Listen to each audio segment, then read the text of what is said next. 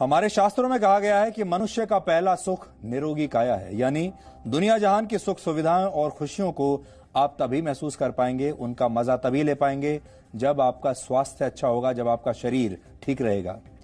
नए साल में अब तक 13 दिन गुजर चुके हैं और हमें उम्मीद है कि नए साल के मौके पर आपका जश्न, दावत और खाना पीना अब तक पूरा हो चुका होगा। इसलिए अब आपको अपने स्वास्थ्य पर ध्यान देना शुरू कर देना चाहिए। आज हम आपके लिए व्रत की ऐसी थाली लेकर आए हैं जिसमें आपको खाने पीने वाली चीजों की जगह जिंदगी भर के लिए स्वस्थ रहने के शानदार फॉर्मूले मिलेंगे। आज हम उपवास का सामाजिक, धार्मिक और एक वैज्ञानिक विश्लेषण करेंगे, लेकिन पहले एक खास रिसर्च के बारे में आपको बताते हैं।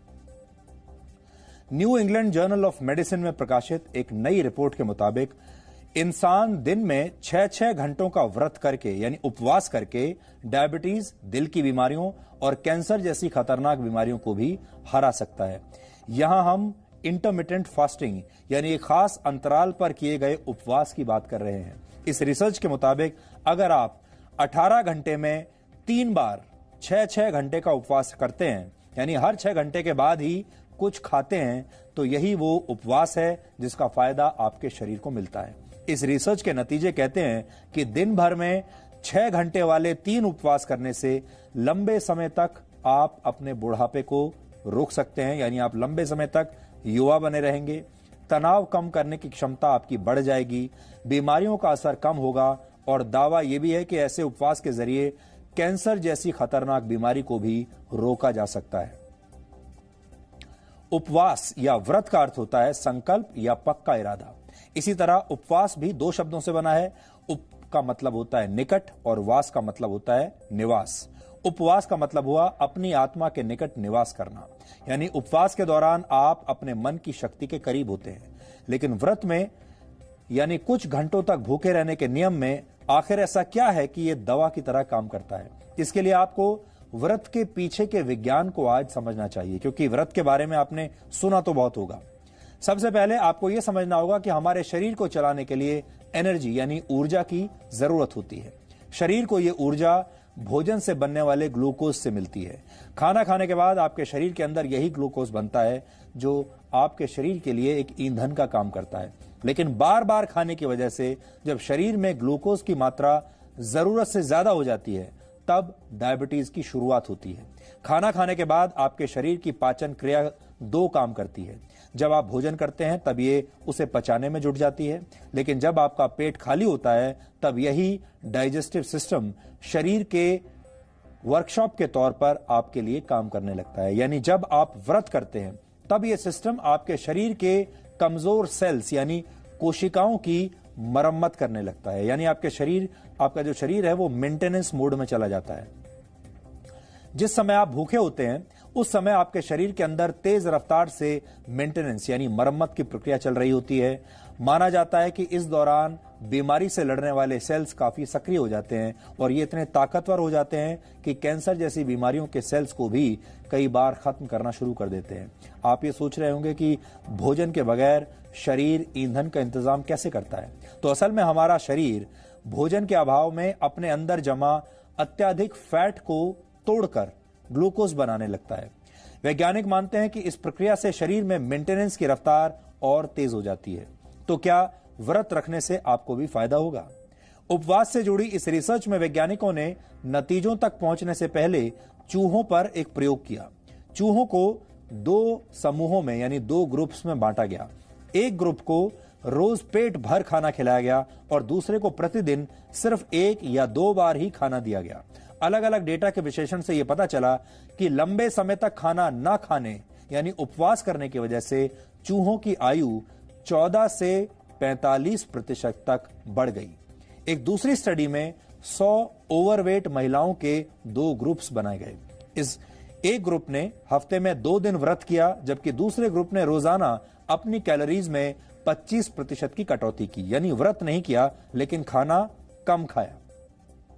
इसके बाद दोनों ग्रुप्स ने 6 महीने तक इस नियम का पालन किया। नतीजा यह हुआ कि व्रत करने वाली महिलाओं का वजन कहीं ज्यादा घटा और उनके शरीर में नेचुरल इंसुलिन का स्तर भी पहले से बेहतर हो गया। अब क्या व्रत आपके लिए भी लंबी उम्र की गारंटी बन सकता है? इन सवालों के जवाब के लिए आपको अपने पूरे परिवार के साथ आज हमारी ये खास रिपोर्ट जरूर देखनी चाहिए।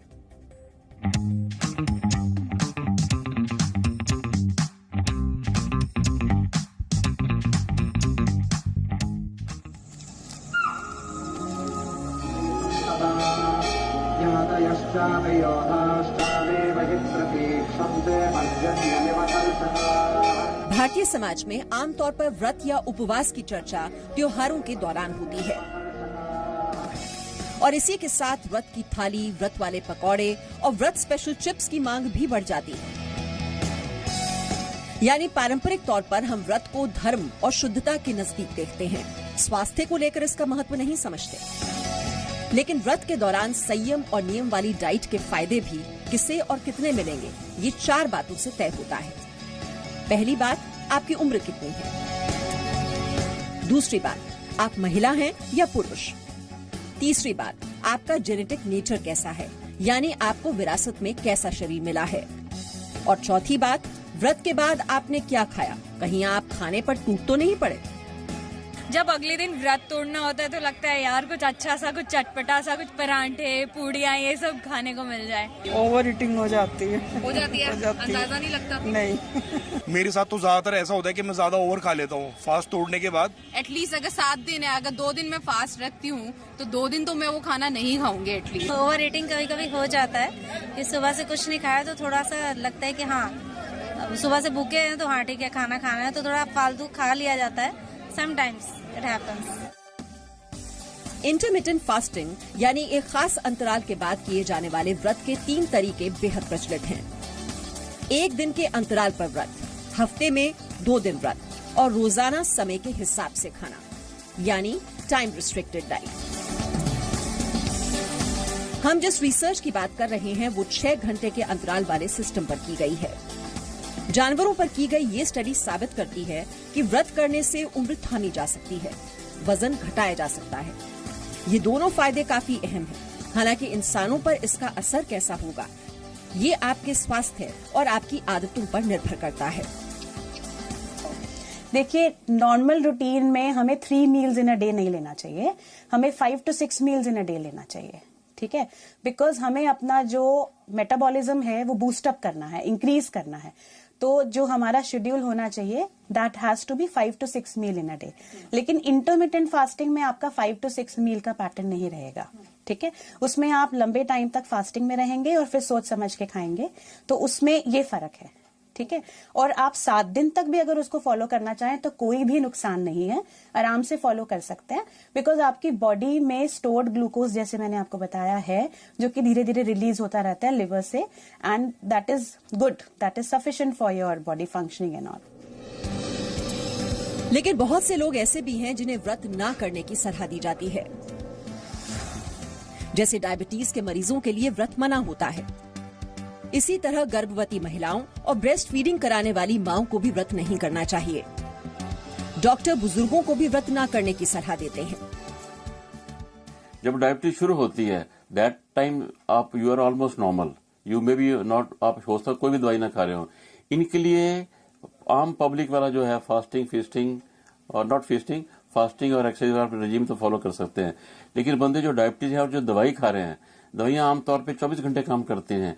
अगर उन्होंने फास्टिंग लंबी देर तक रखी, लंबी मतलब मोर देन 4 आवर्स के आसपास रखी, तो उनकी शुगर लो भी हो सकती है। तो फास्टिंग जो है वो डायबिटीज वालों को नहीं करनी चाहिए, उनको थोड़ा थोड़ा खाना बार बार खाना चाहिए। ये सच है कि उपवास से ग्लूकोज पर कंट्रोल बेहतर होता है, ब्लड प्रेशर और हार्ट रेट नियंत्रित होते हैं। लेकिन जरूरत से ज्यादा व्रत करने से बाल झड़ने, तनाव और नींद न आने जैसी परेशानियां हो सकती हैं।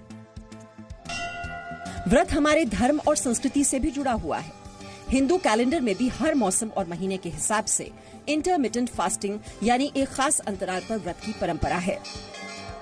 एकादशी का व्रत हर पक्ष में यानी 15 दिनों में एक बार किया जाता है। इसी तरह बहुत सारे लोग मंगलवार, गुरुवार या रविवार के दिन साप्ताहिक उपवास रखते हैं। निर्जला एकादशी व्रत, हरि शयन व्रत, हरि तालिका व्रत से लेकर नवरात्र, महाशिवरात्रि और जन्माष्टमी तक पूरे वर्ष कोई न कोई व्रत जरूर होता है। आपको बस इतना समझने की जरूरत है कि उपवास या व्रत से ईश्वर खुश हो या न हो, आपका शरीर जरूर प्रसन्न होता है। और निरोगी काया हर जमाने में इंसान की सबसे बड़ी संपत्ति रही है।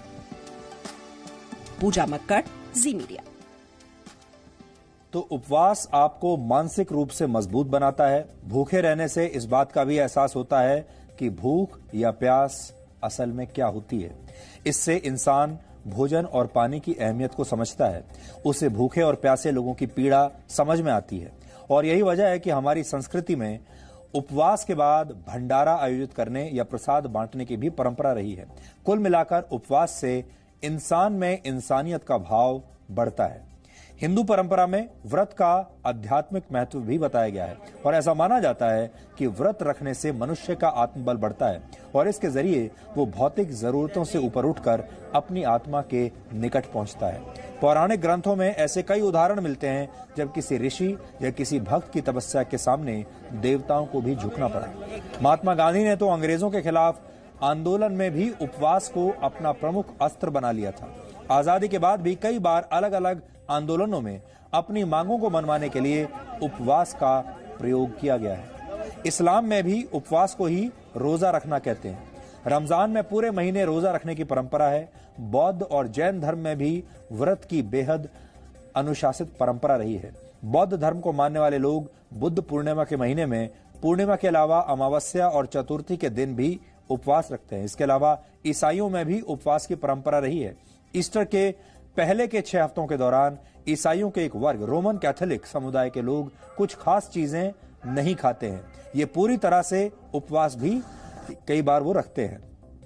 यानी दुनिया की अलग अलग परंपराओं में, अलग अलग धर्मों में और देशों में व्रत का यानी उपवास का धार्मिक महत्व रहा है। अब सवाल उठता है कि उपवास को इतना महत्व आखिर क्यों दिया जाता है। भगवत गीता में मनुष्य के 3 व्यवहारों का वर्णन किया गया है। ये हैं सात्विक, राजसिक और तामसिक। सात्विक आचरण में भक्ति और अनुशासन का भाव जागृत होता है। राजसिक व्यवहार में मनुष्य के मस्तिष्क पर लालसा और अति उत्साह का असर बढ़ जाता है, जबकि तामसिक आचरण से कुंठा, ईर्ष्या जैसी बुराइयां इंसान को अपने वश में कर लेती हैं। इसलिए गीता में कड़वा, खट्टा, तला भुना खाने से परहेज करने को कहा गया है, क्योंकि इनसे तामसिक विचारों को बढ़ावा मिलता है। इसी तरह वैदिक उपवास में जल, फल, दूध, दही जैसे ये शरीर से विषैले पदार्थों के त्याग में मदद करते हैं। इस प्रक्रिया को वेदों में विष हरण कहा गया है, जिसे अंग्रेजी में डिटॉक्सिफिकेशन कहा जाता है। आज का इंटरमिटेंट फास्टिंग भारत के फलहार आधारित उपवास से काफी मिलता जुलता है, लेकिन भारत में मानसिक विष हरण की परंपरा भी रही है। इसके लिए हिंसक और उत्तेजक विचारों से परहेज करने की आवश्यकता है। यानी आज के समय में आपको टुकड़े टुकड़े गैंग, डिजाइनर पत्रकारों और काउच क्रांतिकारियों से भी परहेज करना पड़ेगा, तभी इस तरह के उपवास फलदायक साबित होंगे। ये विडंबना है कि भारत में संपन्न लोगों ने अपने पारंपरिक दर्शन और सदाचार को छोड़कर पश्चिम की परंपराओं को फैशन बना दिया। इंटरमिटेंट फास्टिंग के नाम पर ही सही, अगर भारत के लोग उपवास को फिर से अपना लें तो व्रत भी और व्रत का फैशन भी शायद लौट आएगा।